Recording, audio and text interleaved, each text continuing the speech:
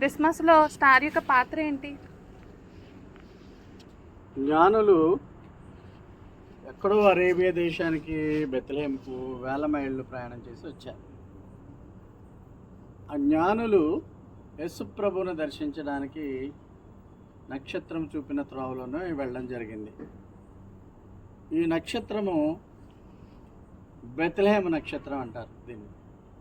ఈ నక్షత్రము గొర్రెల కాపర్లకు దారి చూపించలేదు, జ్ఞానులకే దారి చూపించింది.